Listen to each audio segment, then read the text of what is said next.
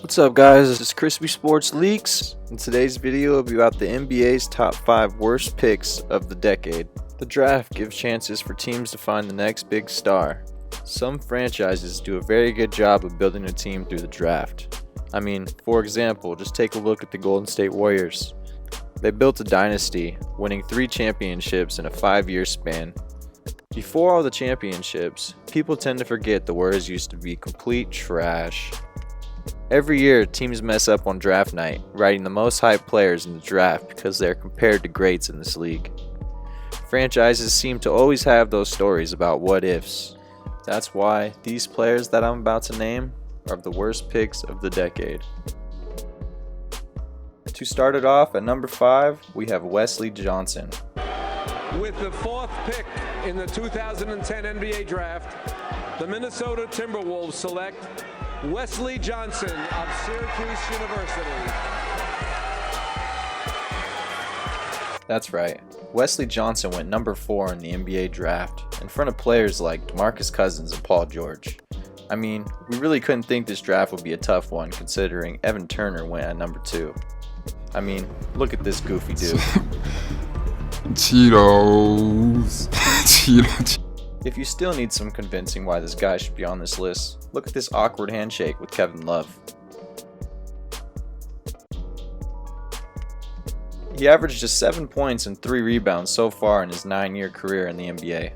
If it helps you show why he's this bad, just take a look at how James Harden crossed him so bad to take a seat mid-play during the game.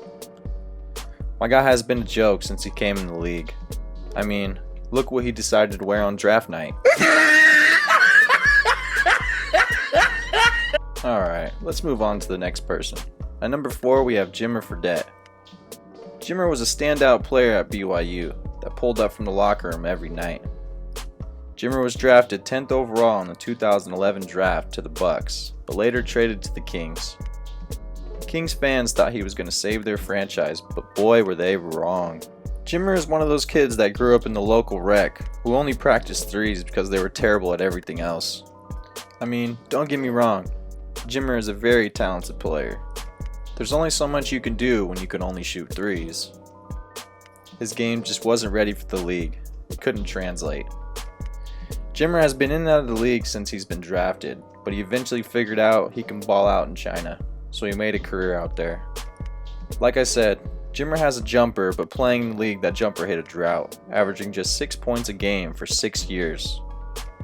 I don't see him making any type of comeback anytime soon. And at number 3, we have Evan Turner. E.T. was drafted 2nd overall to the 76ers in the 2010 draft. We mentioned him earlier how goofy he was. Well, he was lucky enough to end up on this list.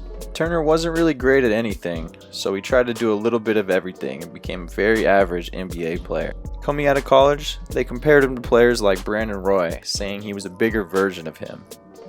And if that was true, Evan Turner would have been pretty unstoppable, knowing the career Brandon Roy had in such a short period of time. Turner had a few bright spots early on in his career, but people noticed fast he shouldn't have been a number 2 pick. Throughout his career, he was just considered a role player, only averaging double digits in 3 of his 9 seasons in the league.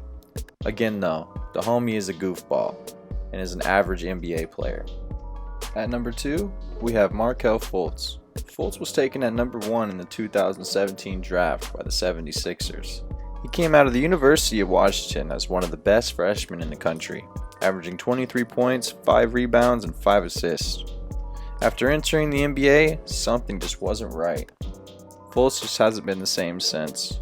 No one really knows the true story about what happened to him. It kinda seemed like the 76ers organization was trying to cover something up. Fultz had a new jumper every game he stepped on the court. Coming out of college, Fultz was compared to players like James Harden and D'Angelo Russell, saying he was a point guard version of Harden. It is still early on in his career, so he has some time to turn it around, but if he doesn't do it fast enough, he may be considered the biggest bust of all time. And this is what you've been waiting for, and I'm sure you have an idea who number 1 can be. It's pretty obvious who can be the biggest bust in NBA history. Yes, it's this guy, Anthony Bennett, biggest bust in history.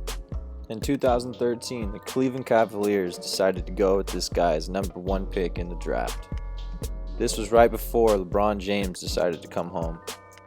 Little did they know, Anthony Bennett was straight trash. Anthony, being the number 1 overall pick, does that add extra pressure to you?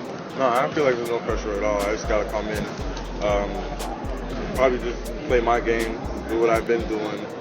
That's what got me here. So, just have fun with it, basically. Just don't add pressure to myself and, stress myself out.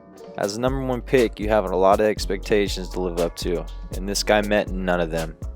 Coming into the league fat and out of shape, dude was just not ready. He didn't play in Cleveland too long before he was traded to the Timberwolves, where he played terrible there, then eventually ended up in his hometown, Toronto. Then he was soon let go after that. He decided to blame his terrible career on his bad eyesight and asthma. He tried to make a comeback and managed a contract with the Nets. I think they were hoping for a breakout season, but that was never going to happen. Well, there you guys go. Thank you for watching Crispy Sports Leaks Top 5 Worst Picks of the Decade. Don't forget to hit me with a subscribe or a comment for feedback. I'll be back with more Crispy Leaks. As always, until next time, keep it crispy. And now here's your Krispy Rap Recap by my boy D503.